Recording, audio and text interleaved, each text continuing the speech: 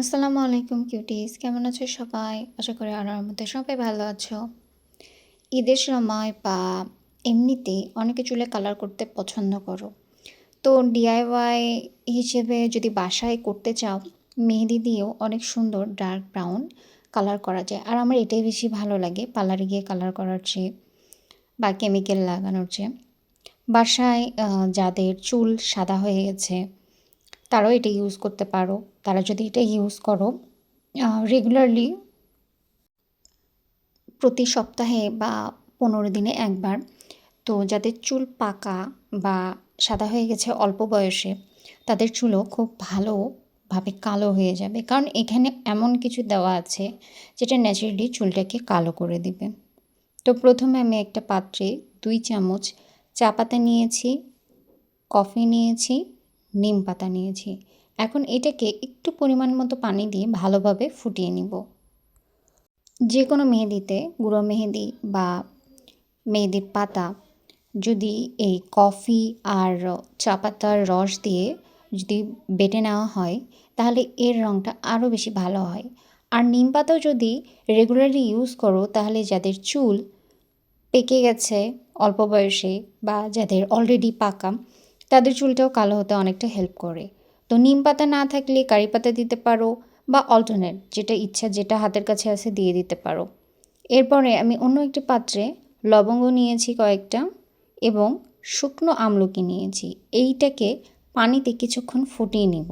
ফুটিয়ে নেওয়া হয়ে গেলে লবঙ্গ আর সেই শুকনো আমলকিগুলোকে আমি উঠিয়ে নিব, নিয়ে ওর বীজটাকে বের করে নিব।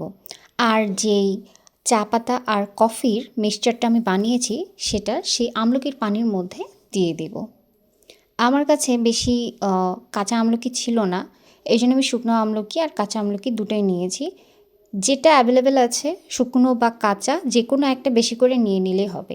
তো আমি এখানে কাঁচা আমলকিটাকে বীজটা বের করে কেটে একটু পানি দিয়ে ব্লেন্ড করে নিচ্ছি। যারা ন্যাচারালি চুল কালো করতে চাও, এইভাবে আমলকির রস বা আমলকির নারিকেল তেল দিয়ে কিছুক্ষণ জাল দিয়ে তেল বানিয়ে যদি লাগাও রেগুলারলি, চুল কালো হয়ে যায়। তো আমলকির রসটাকে আমি আলাদা করে রেখে দিলাম। এরপরে বিটরুটের টুকরোগুলোকে পানি দিয়ে এটাকেও ব্লেন্ড করে নিব। আমি আলাদা আলাদাভাবে ব্লেন্ড করে নিচ্ছি, কারণ এই বিটরুটটার যে পাল্পটা বের হবে, মানে যে এই যে খোসাটা বের হচ্ছে, এটাকে আমি এখন শুকিয়ে নিব। কিছুক্ষণ রোদে দিয়ে শুকিয়ে নেওয়ার পরে মানে এটা ব্লেন্ড করে নিলে পাউডার হয়ে যাবে। এটা আমার জন্য অনেক ইজি হয়। সবসময় বিটরুট জুস বের করে ফেসে লাগাবো এমনটা হয় না। আর সবসময় বিটরুট যে হাতের কাছে পাবো সেটাও হয় না। এই জন্য আমি এভাবে গুঁড়ো করে রেখে দিই। যখন ফেস মাস্ক লাগাই আমি এইভাবে বিটরুটের পাউডারটা ইউজ করি। এরপরে গাছের পাতা নিয়েছি, মানে মেহেদি পাতা বাসায় ছিল, অ্যালোভেরা নিয়েছি আর নিয়েছি হিবিস্কাস, মানে জবা ফুল। মানে জবা ফুলও যদি এমনি বেটে মাথায় লাগাও, যদি চুলে প্রবলেম থাকে, চুল কালো হবে, মোটা হবে, মানে পারফেক্ট একদম চুলের জন্য। তো সব কিছু আমি ব্লেন্ড করলাম ওই পানিটা দিয়ে, আমলকির পানি এবং চা পাতা কফি মিক্সচারটা দিয়ে। এবং মেহেদিটা বাটা যখন হয়ে যাবে, এর মধ্যে আমি এই কাঁচা আমলকির জুস এবং বিটরুটের জুসটা দিয়ে 1 ঘন্টার মতো রেখে দিব।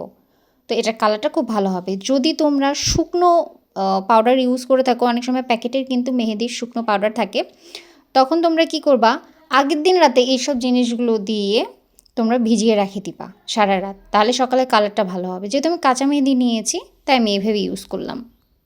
15 দিনে একবার হলেও এভাবে ইউজ করে দেখিও, পাকা চুলের যে প্রবলেমটা আছে সেটা ঠিক হয়ে যাবে। তো আমি এভাবে বানালে আমার মামুনি, আপু, আমার ছোটো বোন সবাইকে আমি এভাবে দিয়ে দিই। তো সবাই ভালো থাকবা, সুস্থ থাকবা। আল্লাহ হাফিজ। কেমন হয়েছে অবশ্যই জানাবা।